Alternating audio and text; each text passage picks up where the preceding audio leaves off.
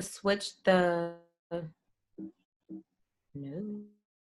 Okay, I so just gave Michaela, I'll probably you control. okay. I don't know if you can see that. It says waiting for Whitney Wright to control the screen. Let me see. View options. Give up remote controls. Show me controls. Oh, cool. Okay, we're ready, Professor. Okay, awesome. You guys can start. Okay. Okay. Cool. All right. So we decided to do our project on hoods, which is a professional cleaning service. We decided to use them. Let me move that out the way. Can I lower this? Yes, I can. Okay, we decided to use them because they are a large company. However, their employees usually have to work overnight and for long hours. And because of this, it causes a lot of employee turnover. We wanted to help them kind of figure out what was causing the increase in employee turnover and what we could do to decrease that number.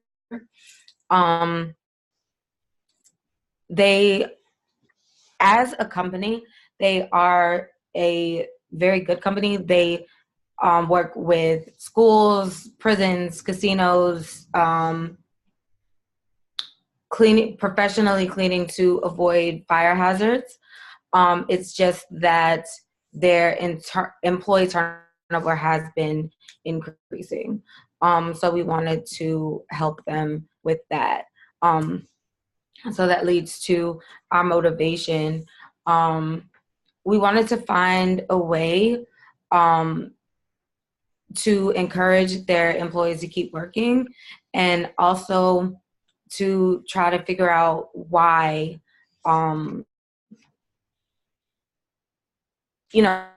reasons behind the employee turnover rate. So that leads us to our goal, which was to figure out whether the percentage of time working and receiving reviews might influence employees that stay and leave. What that means is that when employees stay with the company for a certain amount of time, they receive reviews from management. It could be a positive review, a neutral review, or a negative review. So we wanted to support a hypothesis that said that if an employee receives a negative review, that they are more likely to leave the company within a short amount of time. Okay. All right. So problems that we encountered while consulting with this company, we needed to find an objective way to increase employee retention and empowerment. We also had to make sure that the range that how do I explain that? The range of the reviews were positive, so that they would not fall below 0. That was very important, but that was definitely a challenge that we had. And recording the measurement for each of the months to fully comprehend the patterns were challenges that we had. Okay, so for our literature review, we focused mainly on 2 articles that we found. One was an educational, and One was for, what was it for? Oh, it's a bank. Yes, one was for a bank. They were both about employee engagement and employee retention. They, in the articles, they use confidence interval estimation and hypothesis testing. So that's what we chose to do as well. They also used sample sizes. In the two articles, they were different. One used a bigger, almost double the sample size of the other one. But they both did use sample sizes.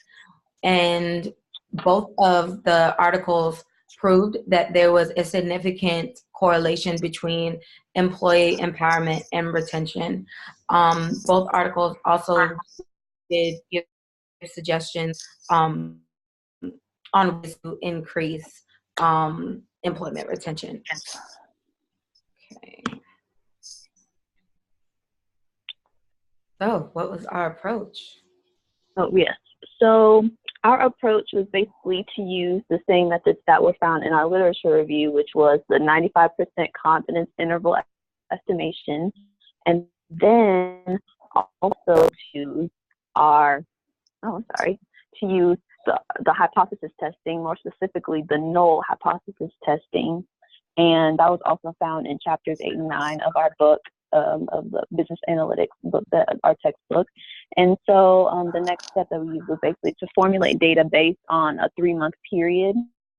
And so we could track how the employees were leaving and basically the pattern in which they were staying and also leaving, so that we can know basically the time frame in which they are working and then in which they are deciding to leave the company.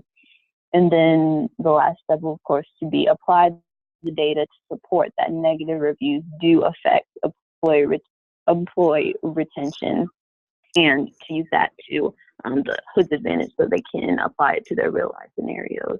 And so next are the data that was created. This is the confidence interval data. And so as you can see here, for each month, we questioned each employee. There are 15 total, and basically asked them whether they received negative reviews, and then whether they stayed at their job as well. So there are a good mix of yes and no's here, and basically how that worked was they were able to say, yes, I received this negative review, but I still decided to stay, or yes, I got this negative review, but and then decided to leave. So those were big factors in how the data was set up. And also we were 95% confident that it would support the hypothesis. And also this is the table of counts and table of proportions, because we use the confidence interval based on the differences of proportions. And so here, as you can see again, there are data for each of the months, September, October, and November. So those who stayed, didn't stay, received negative reviews, and didn't, they were calculated here. And as you can see in the table of proportions, they are all positive. So that definitely helped in supporting the hypothesis as well. And so that was the confidence interval. And then here, this is the actual confidence interval test here, where you can see the sample difference. In the lower upper level is the most important piece to this, and that's definitely helped with how we were able to do that. And this test was basically a specific, basically the difference between proportions, and then the employees were tested based on, whether it was a factor of why they left their jobs, and also why they stayed. And the data shows how basically better displays what basically influenced their factor of leaving. And so for the next slide, we have the next test that we use, the null hypothesis testing. And this is all the data that was used. They were asked to rate their experience or their feeling of their job from 1 to 5. And so we have here for each of the 15 employees, we have them rate their experience and their feelings towards their job. And as you can see, when it gets higher up, then you see higher numbers. There's more 5s in the November, which means that there has been exponential growth in that. And the length in which the employee's desire to work is imperative to effectively analyze the true reasons behind their motive to keep working for Hood. And the specific test definitely helped us to rate their desires to either stay or leave, and then what actually influenced their actions to leave, because there's a difference between the desire and then actually doing the action. And then here you have the actual hypothesis test, where the null mean was 0, and also all 3 months they rejected it at 1% and 5% and 10% level, which was very important to understand the intake that they received with their reviews that they received from management.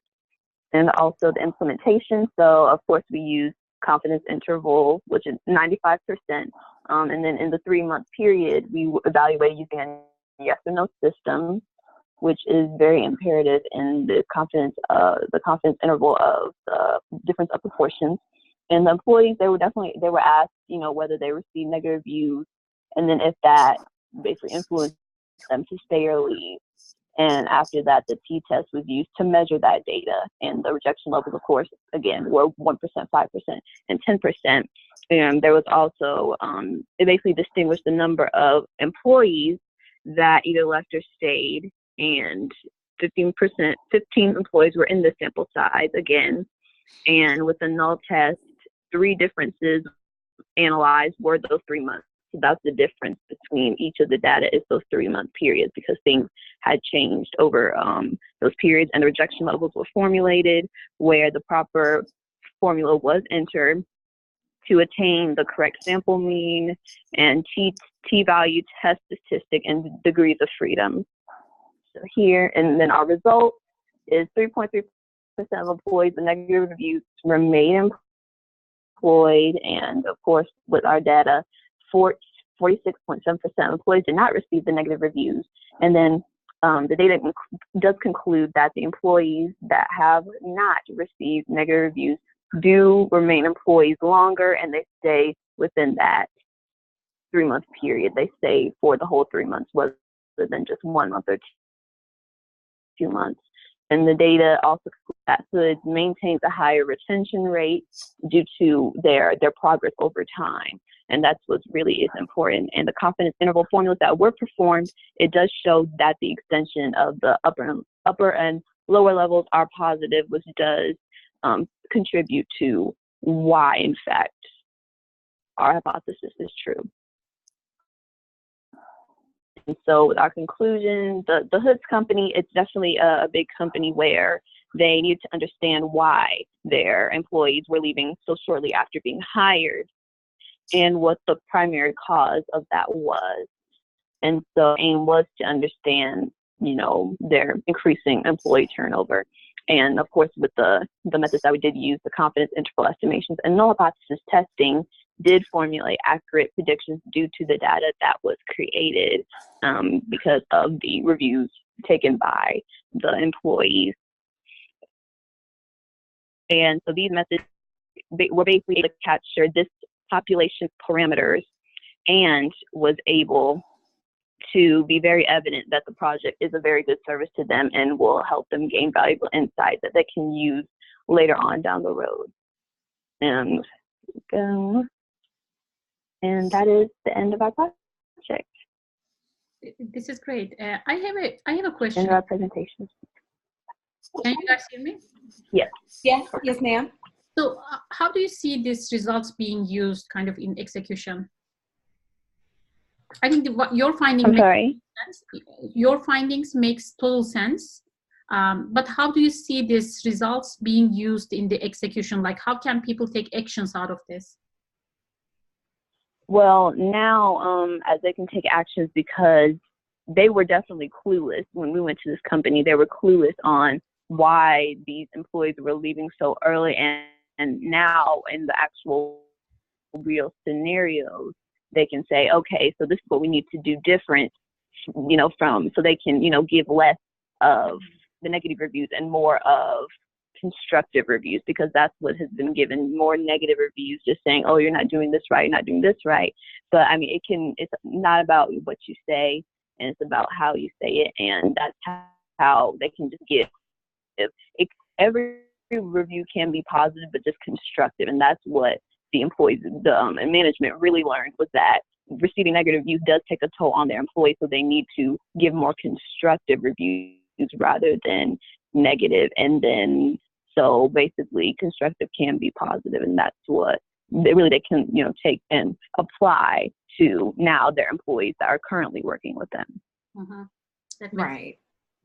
And from the data, we were able to tell them, like, if you give one of your new employees a negative review, there's only a 3% chance that they will stay after it. So with that information, they are able to change their review system or take further action if a negative review is given, because there's only a little bit over 3% chance that an employee will stay after that. This is great. This is amazing. Any other questions from the rest of the class? Cool. Okay, so I'm gonna pause the recording. And I'm here to present to you today a potential growth analysis for Natural Stone Design Company. Just an overview of what we're going to cover here today. I'm going to talk a little bit about the home improvement industry. I'm going to give you a little company background on Natural Stone Design. We'll talk about some of the problems defined, my approach and methodology, some of the data collection and analysis, the results of the analysis, and then I'll give them some recommendations and conclusions. Let me look at the rubric real quick, because I didn't even rubric.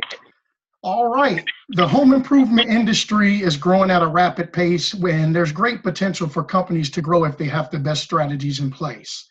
According to the Home Improvements Research Institution, total home improvement product sales are expected to increase by 5.7%, or I'm sorry, 5.5% in 2019 to about $407 billion in total sales.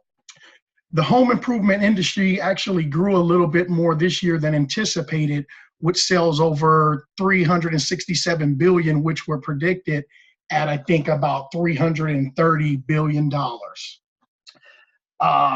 With the housing market actually soaring, and they're expected to continue to grow through the years, it's fair to say that if you're in the home improvement industry, that being that the homes are selling faster and more, that the home improvements will be selling faster. This is important for any company that's wanting to pursue growth within the industry, to make sure they have some proper strategies in place based off of some type of a sound analysis.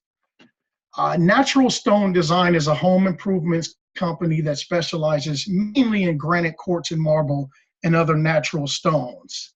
They also produce complementary items such as cabinets, tile, and flooring products that they have available. They've been in business for about 15 years, and they employ over 40 employees at their current location, servicing the Raleigh-Durham area. They have experienced a consistent growth over the last few years, and they've done so by, keeping up with trends, investing in top quality materials and equipment, and recruiting some of the best individuals to work for the company. They're currently, anticipating opening a new facility in the Wilmington area, and the goal is to build or renovate an existing facility, create a marketing budget based on the percentage of sales at the current location, hire new workers, and brand the most profitable products that are sold. Their customer base is usually homeowners, builders, or contractors performing home improvements in the real estate property. The purpose of this study is to analyze their current operations in regards to their last 5 years of growth. Venturing off into a new market can be very costly and risky for a firm, so there's no really guarantee that duplicating their activities at that other location can be done in the new area. By taking the relevant data available and performing the proper analysis, gives them the opportunity to develop a strategic plan that determines the amount they would need to invest, the size of the building and the equipment they would need to reach those goals, and the amount of staffing needed to run the operations. We will be comparing the information to potential new customers in the Wilmington area and developing a product mix that will maximize the company's sales and profit. They will be able to utilize and utilize the analysis to assist in creating a marketing budget distribution, by determining the average annual growth rate and knowing what to gear most of its effort towards. What we will be using is a little bit of access from the company files from their QuickBooks that would generate the last 5 years of sales and how they have grown. We will also investigate each focused area to see the potential growth for the products. Basically, with the increase of competition in the industry, it's important for a company to know, where their strengths lie, where their weaknesses are, and their opportunities and threats.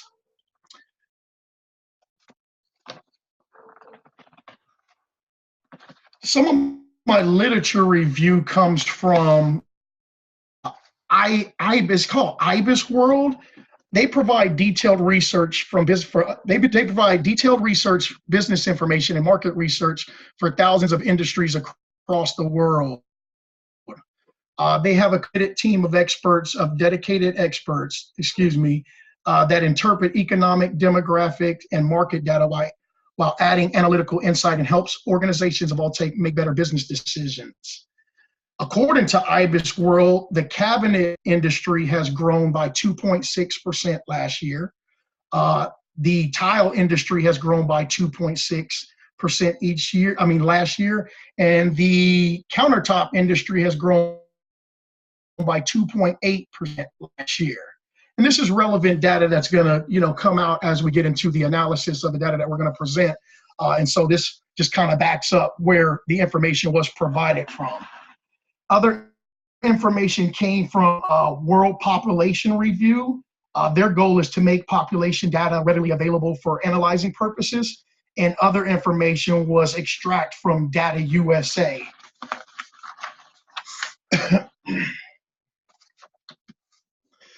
The approach and the methodology. This study begins with gathering data to further analyze for the purpose of informing the company of the potential for its growth.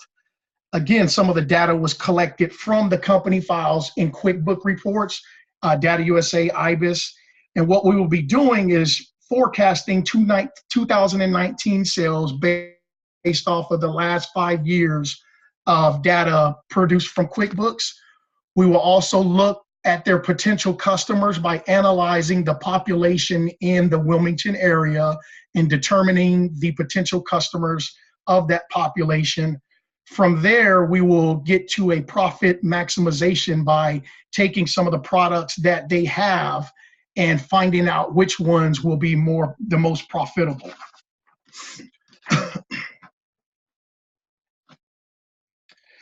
Some of the implementation of the data here. What we have here is a chart that analyzes their annual average growth rate. In 2014, the sales were $7,745,000, 15 a little over 8 million, 16 a little over 9. Basically, you see a consistent growth through each year, and what you have is the percentage of growth for each different year.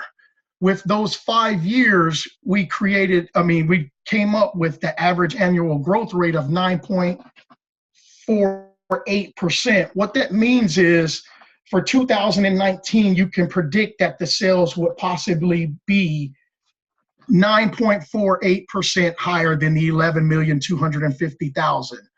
That created a forecast for 2019 based on the annual average growth rate of $12,316,922. Their reports show that about 10% of their total sales is net income. From there, we came up with the number $1,231,692 would be available, as they let us know that the net income that they get from 2019 or 18 would be available to invest into the new market. Here we just have a regression line that shows that they have constantly grown over the last 5 years. So it would be easy to determine that 2019 would be another growth year for them at their current location that we're in Raleigh. Potential customers. What we have here is a chart that was the data was pulled from the Data USA and the World Review. And what we have is New Hanover County. So we're going to analyze 3 different counties in the Wilmington area. You have New Hanover County, Pender County, and Brunswick County are 3 counties within about a 40-mile radius of the Wilmington area. So what we did is we found the actual population for each year and how much it has grown. And we have a growth rate population year. From that growth rate of the 5 years, we came up with an average growth rate, and we can predict how much the population would be for 2019. And this is data in regards to homeowners, not actual population. So on the right-hand side of this chart, you see the type of people there, and what it has is how many of these people are homeowners. And this is relevant because most people renting properties are not doing home improvements. The people that are their potential customers are going to be homeowners. So from there, we can say, okay, this in 2018, there was a population of 227,198, yada, yada, yada. You multiply that by the average growth rate, which would give you a prediction of the population for 2019. You take that and you multiply that by the percentage of actual homeowners, which is going to be their potential customers, and that gives you a potential customer base in New Hanover County of 120,801. And that same thing was done to Pender County. Now, this is actual data pulled from Data USA for the population. Although Pender County population is really low, I think the growth rate is a little higher and their homeowner rate is higher, which actually means that their potential customers is a little higher. Now, they're much lower than New Hanover County, but you do have a good amount of potential customers that are in Pender County because of the average homeowner being, the average population, 71% of homeowners, and they are growing at a rate of 2.62, which is a little higher than New Hanover County. But at the end of the day, the most of the potential customers comes from New Hanover County at 120%. And again, all of this data kind of being evaluated is leading to a further conclusion in the next slides. County, same thing. There's the population. There's the homeowner rate. We predicted the population for 2019, which actually led to a potential customers of 93,000. From this data, they gave a proposed marketing budget based off of what they wanted to contribute to marketing off of the net income that came from the initial forecast of the 2019 sales at the other location. 10% of that being the net income with an investment to put into the area of 1,200,000 some odd thousand. They said they wanted to do about $10,000 a month in marketing going into the new area. So with that, these are some of the charts that just show the constant growth rates in each one of the counties, constantly growing. And this is very, important to consider when entering a new market. As the population grows, the homeowners grow, and that's the potential for new customers for them. So not that the sales would actually grow, that is some of the challenges within the research, not knowing for sure that some of these homeowners will actually purchase, because home improvement usually occurs, 10 to 15 years. So if some of these are new construction homes, The reality is that they will not be making a purchase, within the next 10 or 15 years. So that was it's a little bit of the challenges that the data presents throughout the analysis. So we created a marketing budget distribution based off of the amount that they wanted to contribute. So $10,000 a month, equated to about $520,000. So the percentage of potential customers that we took earlier of New Hanover County, basically I took all the potential customers, added them together, divided them back in to come up with 46%, or roughly 47% of New Hanover County is going to be their potential customer base. So what they want to do is take that 520,000, 47 approximate percent of that, and allocate that towards a marketing distribution, a budget distribution in those particular areas. So the breakdown of how they will actually spend and advertise and market is according to the potential customer base, if that makes sense. From there, we created a product mix. Now they produce, again, the complements. Granite, quartz, and marble countertops will be their main products, but they also have the complements of cabinets, flooring, and tile. So what we wanted to do was figure out the best product mix that would actually maximize the profits. So this was another challenging situation, was determining, their average sale price, how much their labor hour was, and in terms of staffing needed to do the production level that they want to get to the goals they wanted to reach. But what we came up with was an average sales price for cabinets. So the average sales price for cabinets was about $9,500. And these are rounded up numbers, so they're not, accurate down to the pennies. But the guys that own the company were kind of a meat and potato guys. They just wanted to see the bulk of it and to make sure that they are entering into a market that has the potential for growth. Found out later that the Wilmington area, the cost of living is a little bit higher and the housing market is higher, causing higher prices for some of these items. So some of the actual data that's presented here now will actually be a little bit higher, because we not know the actual pricing that is higher from Raleigh to Wilmington in some of these areas. So they determined that they can do about 260 jobs a year. That came from them saying they do about 5 cabinet jobs per week times 52 weeks in a year. Same thing for the tile shower prices, countertop average, and the flooring average.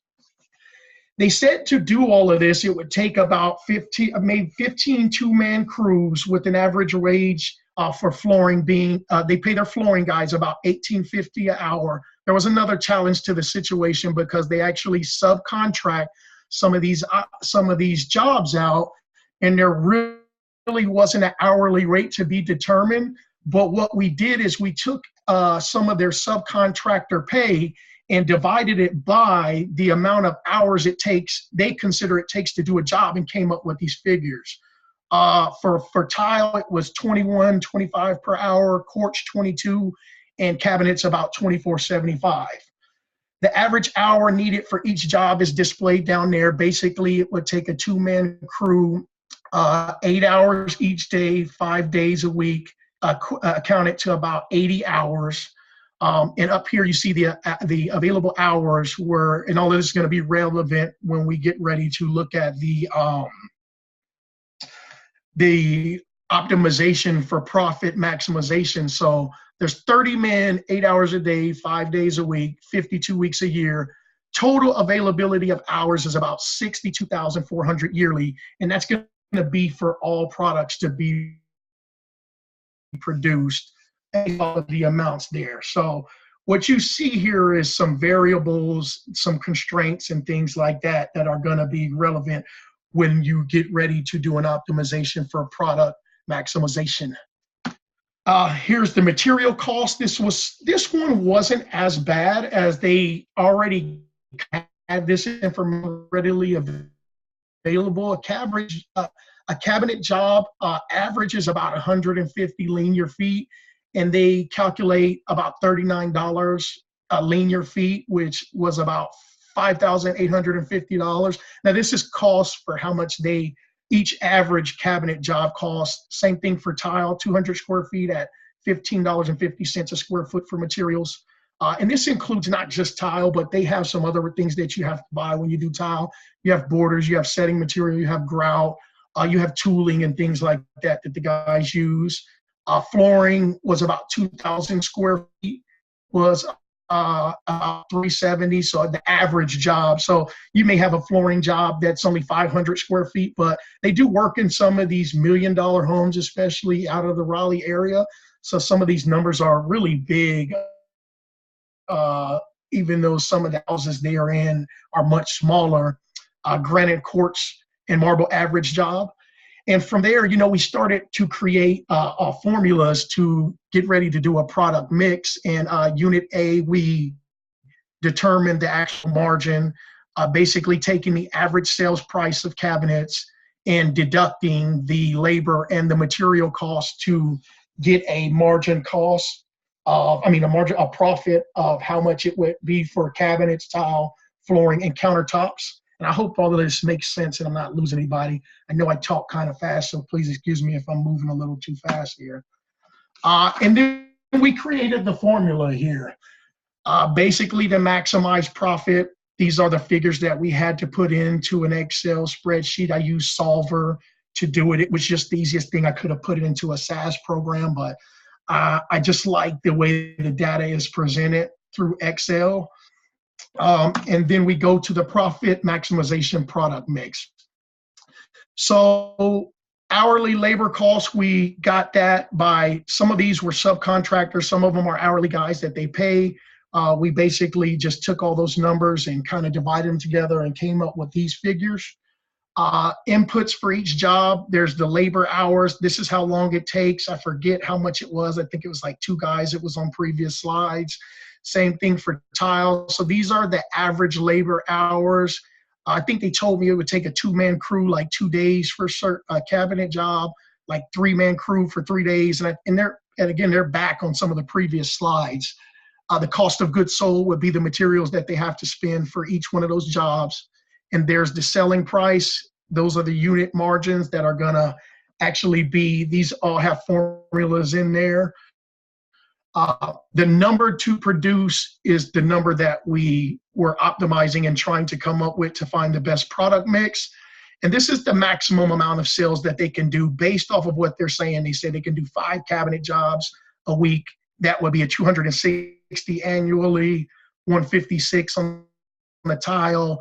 Countertops, they do, I think it's about 20 jobs a week.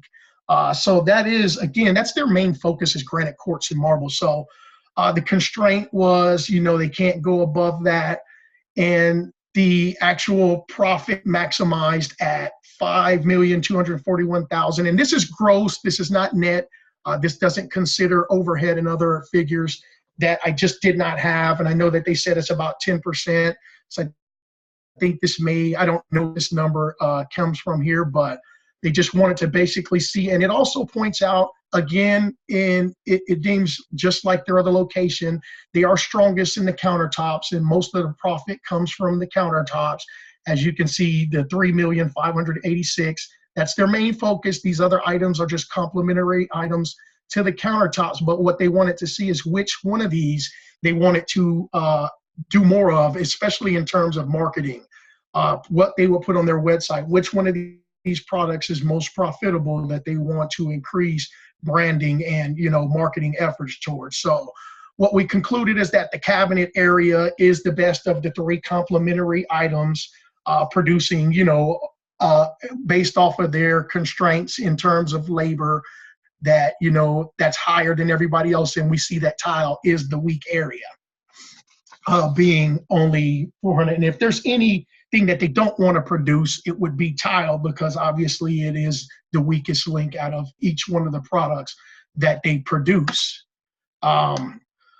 So the results and analysis, what we determined is that the company is consistently growing at an average rate of 9.5, basically 9.5%.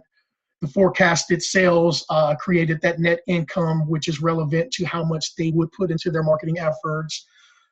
New Hanover County should be the main area of focus, as we saw that they have the largest potential customer base. The focus should be geared towards marketing, producing mainly countertops, just like their other location.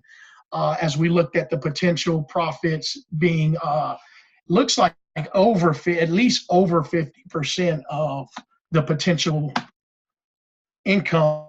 So in conclusion, there is potential growth for natural stone design. And the analysis indicates that there is consistent annual growth that supports the industry. The proper funding needed to expand into the new markets is within their parameters based off of the net income that they should receive in 2019 from that. The product mix and profit maximization actually is the best place to go about doing it. And the outcomes of the project basically give great insight to Natural Stone Design for their future growth endeavors. The information provided from the sales, marketing, distribution, and the profit maximization product mix gives substantial support to the thoughts of growth.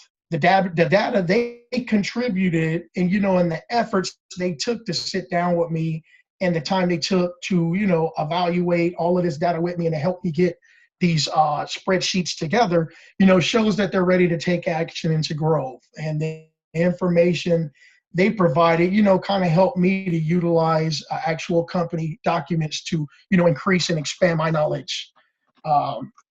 So that is the conclusion of my presentation. These are the references of the places that I used. And are there any questions and comments? We probably have time only for one question, if there is any. Do you guys have any questions for Bradley? Okay. Thanks, Bradley. This is great. So I'm going to pause the presentation until we decide on the next one. Store item demand forecasting. Our team included Rajeshwar Dutt, myself, and Giriraj.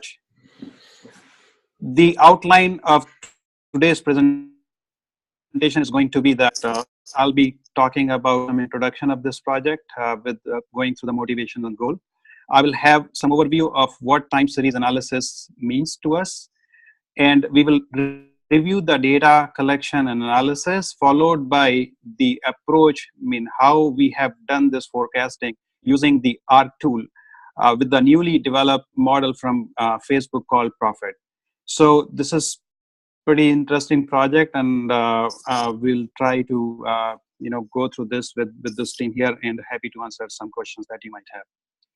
So without any delay, let me just give a quick summary of what actually we are trying to achieve out of this.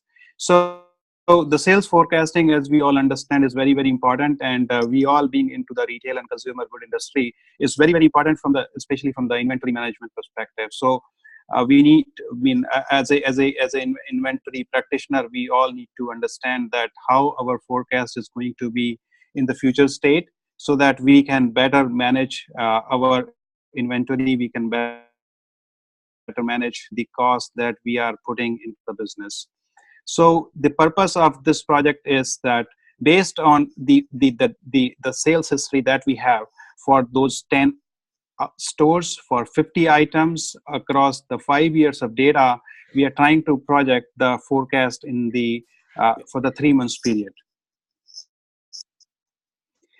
The new methodology of profit that we have, our expectation is that this will be helpful to handle the seasonality that we will analyze in our future, in our sales history. So we are hoping to have a very lower amount of MAPE, mean absolute percentage error. So that's kind of the goal that we are trying to address here. The motivation behind this project has been that we have used multiple technologies like the JDA or SAP APO, in the past, but the forecast accuracy, especially with the seasonality and trend, has always different challenges. So using the new technologies like R and having these new models, we are trying to leverage them and see that these in-house technology, how they can help us to do the better forecasting without getting in some traditional packages that industry has been using. So as I already have defined the problem here, that for retail and consumer good manufacturing industries, the forecasting has a very significant importance. The time series, as we all understand, the time series is all about having the data collection based on the time. So time is an important factor here. So in this case, this is the sales history collected over a period of time, and that's what we are going to use in our forecasting. Define time series using R. So time series function is very, very important, and what we have used is the multiple seasonality time series MSTS function to have this forecasting. We will be using some terms called frequency in our models here. So the frequency in our case has been, we have forecasted at the day level, at the month level, at the year level, and we have forecasted for item and store level separately to see the visualization in terms of the trend and seasonality. So that's the definition here. I'm not getting into too much of detail of frequency right here. Just to give a quick overview of the profit model that has come, in 2017, Facebook has released.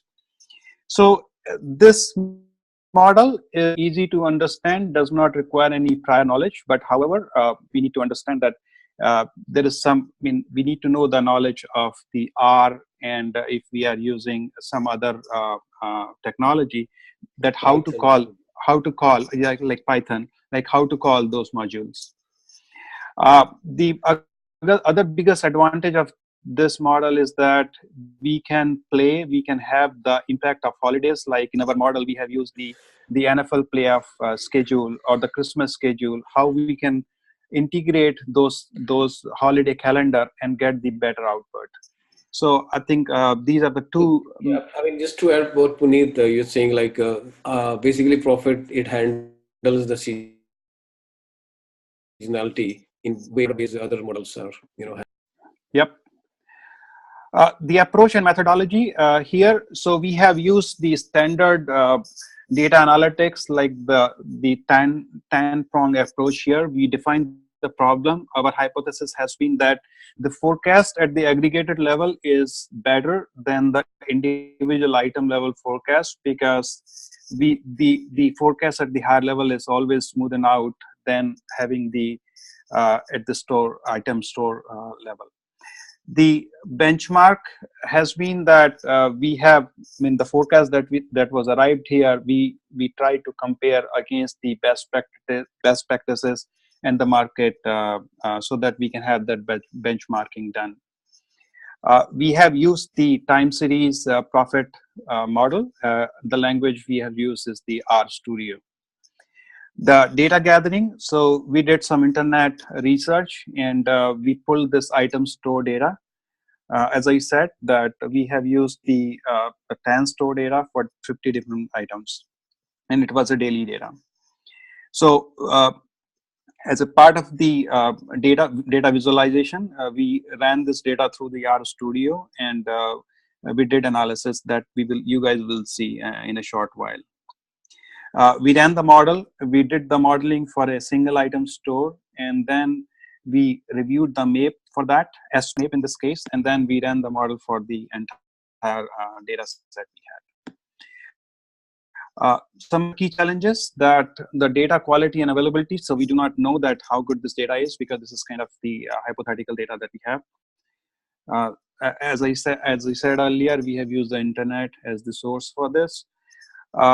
So we did not know R. I mean, this was a great learning platform for us. I mean, the exposure to this tool. So it was a, so we used a lot of internet research to run different commands to get this output. And Profit, as I said, is a kind of a new model for us. No exposure to this in the past. So those were kind of the challenges. The data file description. So we have used multiple files here. I'm not opening them here, and the data is pretty simple, I would say. It's a item store level for sales data, and it's a time series. So, we have the everyday's, the daily data that we have. From here on, we will show you the implementation result, and we will analyze that how, we have taken the approach of defining or coming up with this forecast. So I will hand it over, Raj, to you. I mean, if you Thank want you, to Puneet. Yeah. I mean, you can keep it opening, so I'll just walk you this through. So these are the basically libraries being called in R Studio. So we use R Cloud Studio, which is free, cloud server, which has all the R related, packages, and you can install additional packages from the internet. So this code and everything being run there, tested, and then these are the outputs. So we as we walk through, if you go down, keep going down. Let's go to the, yep. So this is the histogram of our data. We see that our data is right skewed. So just go down, please keep going down. So the data is positively skewed, and this is the trend in seasonality we captured on the daily, monthly, and yearly level. We can see that this data at daily level, daily sale has some trend and seasonality. Basically, it is multiplicative, and then the daily sales change rate is almost constant. But if we look at the monthly one, go down monthly one, we still see the seasonality and trend, but at the month level, the sale is fluctuating. And same goes for the yearly level. Keep going down, please. So, yeah, same goes for yearly level. And then what we did, we actually checked about the item in store, which store is performing, and what is the item which is performing well, and in terms of the growth. So when we build the profit model, we actually the purpose of that, to not only fine tune the seasonality, but also to see what are the checkpoints, so in terms of visualization, we can see there are a lot of checkpoints which we kind of fine tuned further in our model. And we put the holiday effects like playoffs, Super Bowls, and other Christmas holidays where the sale is going high. We see that July is the month where sale is going high, and from Sunday to Monday the sale is dropping. So after putting all those effects, including NFLs and everything, we actually are able to see our model has improved a lot, and all the checkpoints have been kind of removed. And based on all that's been done, we could analyze that our mean square error SMAP has reduced a lot. So so this profit has definitely improved our model and output.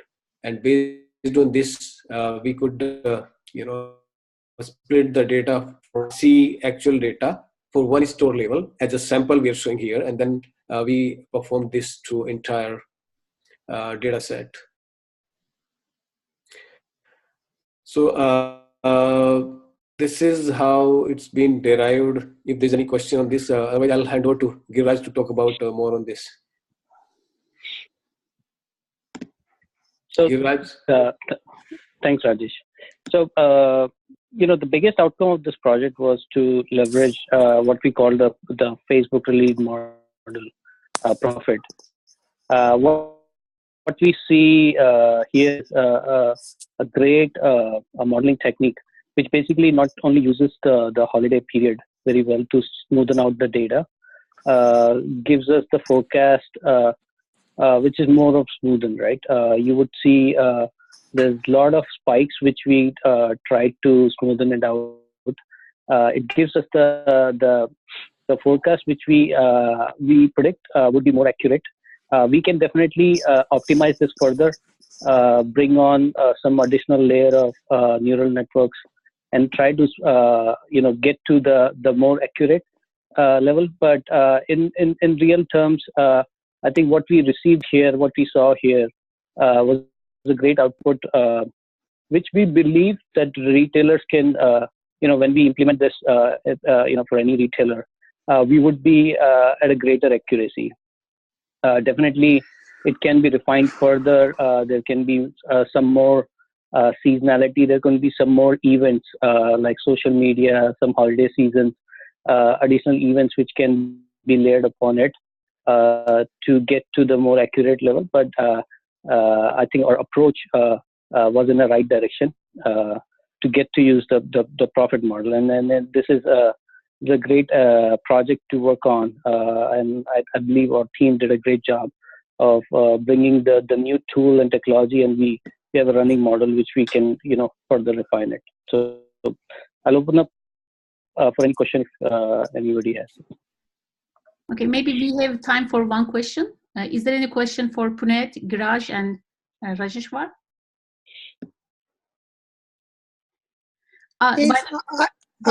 Sorry, Ashika. I have a question, but excuse me, give me a second. Okay, excuse me.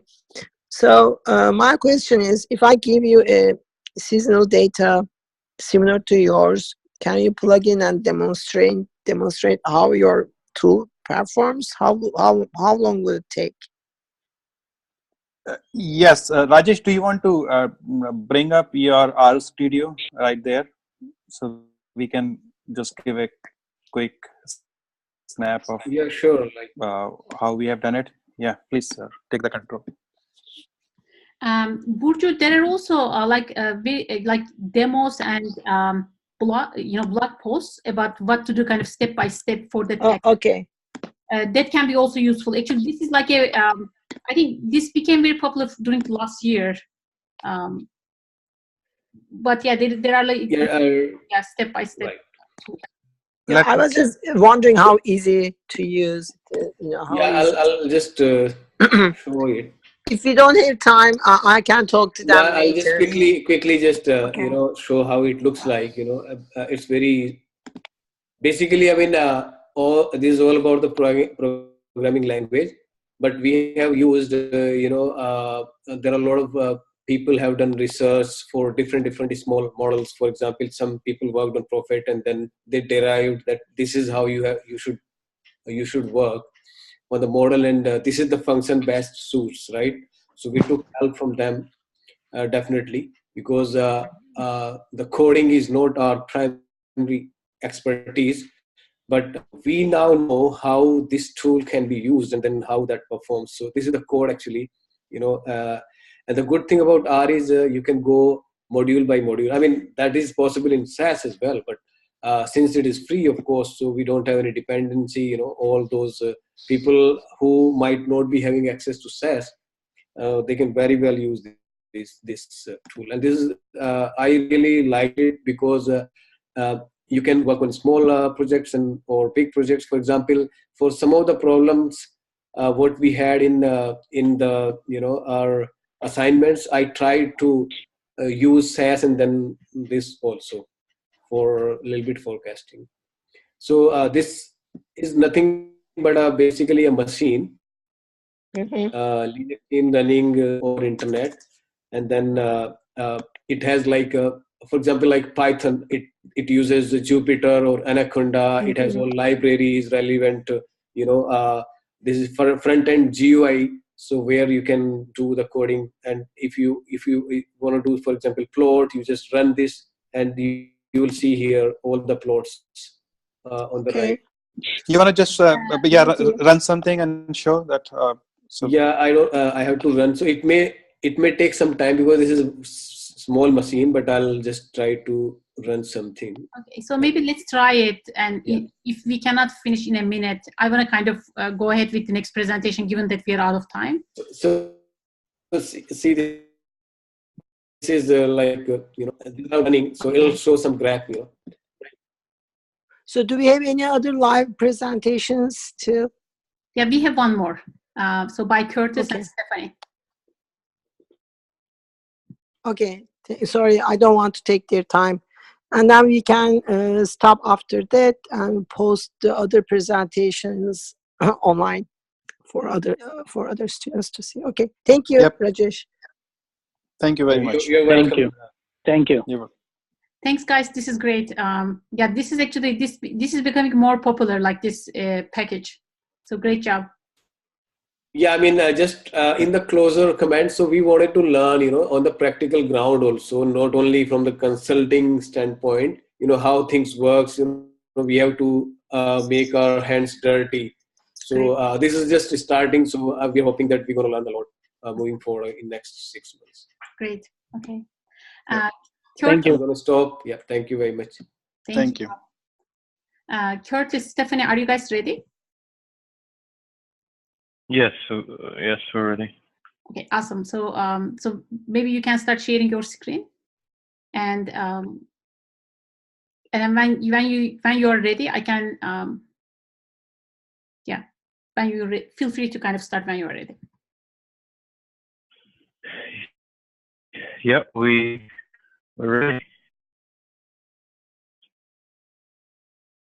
Okay, so our topic is college success for high school males, and what we are looking at is for a specific school, which is called KIPP. KIPP School. I have actually worked in the charter school system in the past, and Stephanie has some connection to the charter school, and specifically this charter school. And so what we want to do is we wanted to look at what their success is for high school males attending college and graduating. So a little bit about KIPP. It stands for Knowledge is Power program. They're a public charter school.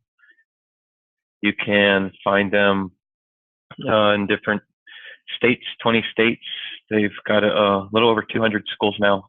They educate nearly 80,000 students. They are tuition free, and they're open to anyone who enrolls.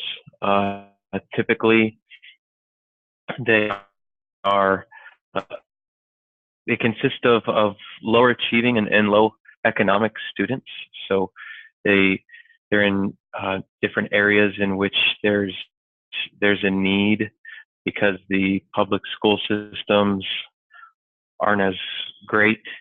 They don't have as many advisors that they need to help with students,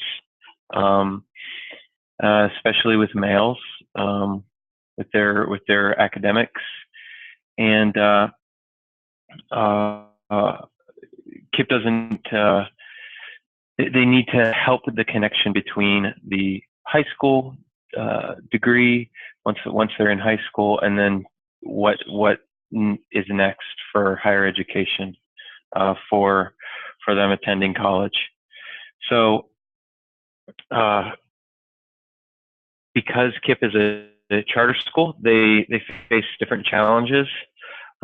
Since every child in the United States is offered a free public education, KIPP's challenges, they're competing with other public and free school systems, and to make them more viable in the community, it would be beneficial for them to be able to have some success that they can show in why they are better than another competitor, another school system, for growth, and also just for successful outcomes as a school.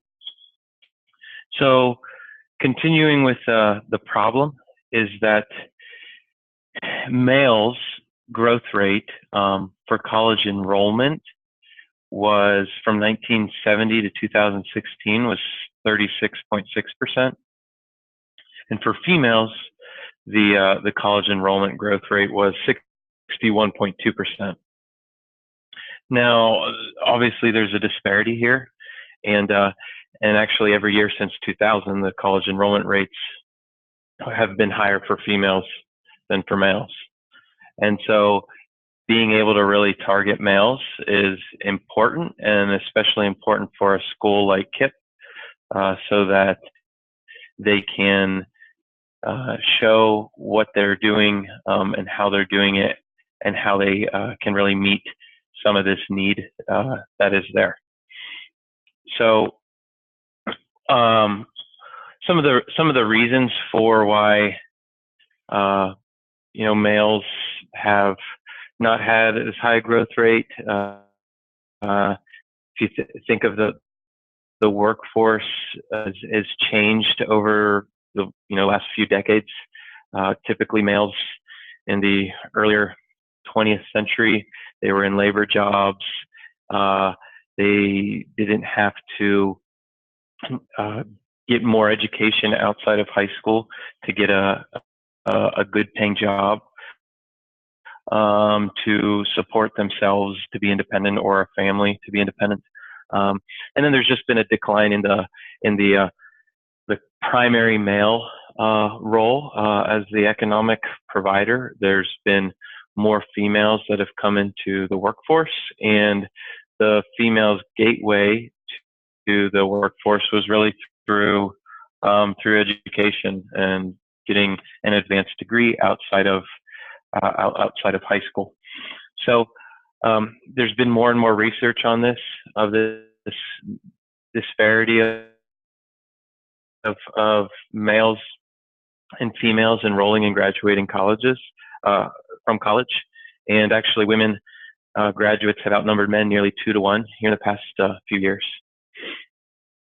So what we did with our methodology is we utilized the correlation research design with simple multiple regression models, and we really guided it by these questions. What is the current relationship between males and females in college enrollment, and how can they be more closely aligned?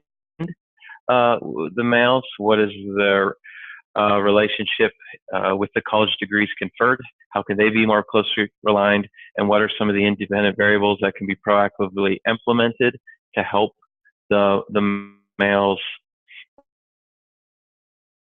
enroll in complete college?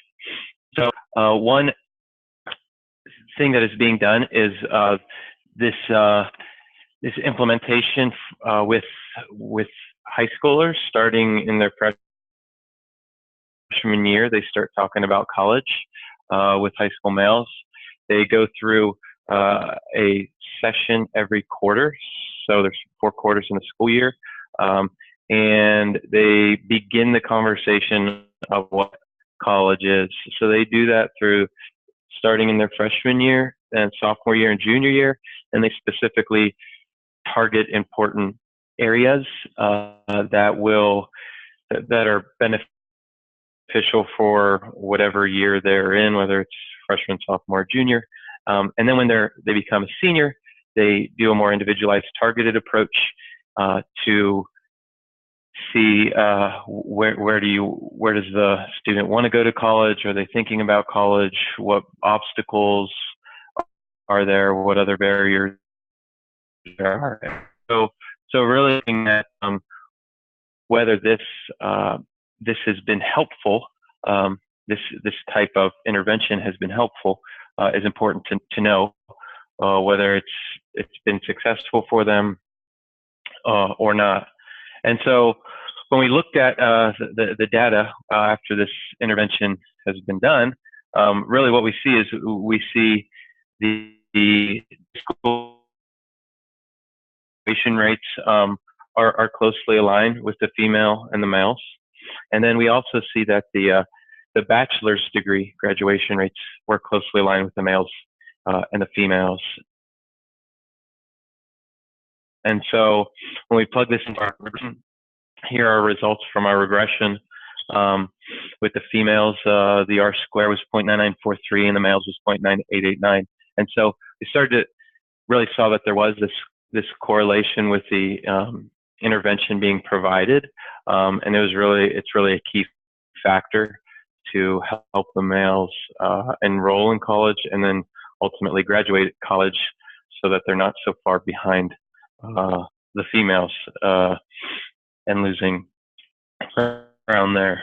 And then, so what we looked at with in our evaluation that increasing college enrollment and the degrees conferred was greater with beginning the interventions with freshmen.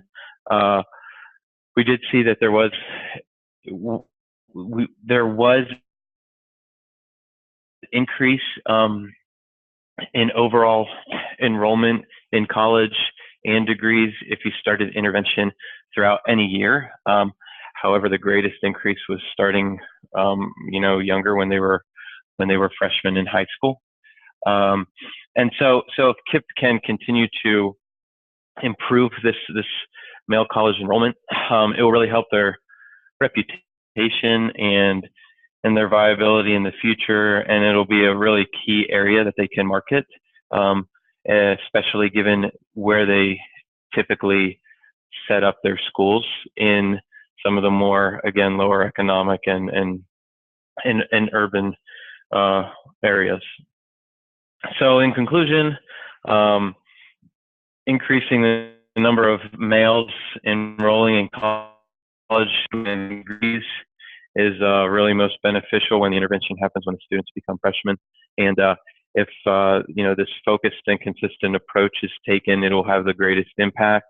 And could also look into what are some other variables throughout the years that they're in school, and if there could be something different that would help if they were a sophomore or a junior, and maybe they don't have to start it as a freshman. If there's any other kind of independent variables that could have affected this as well, would have been beneficial to study.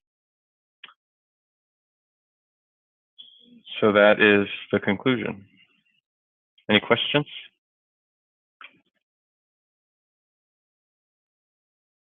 Thanks, Curtis. Are there any questions? Okay, thank you. Great. Thank you all. So I recorded these sessions, so I'm gonna post them. And there are two actually we couldn't watch during the session, but I'm gonna still post their links so that you guys can have a look at it. So one of them is the project by Kiana and Keisha and Akiva about the iHeart Media, and the other one is by Amanda on the sustainability in a new competitive marketplace with her team members. So both of these things I'm going to kind of post so that you guys can go and watch them. But thank you very much. Great projects, great work. Talk to you guys later. Thank you. Thank you.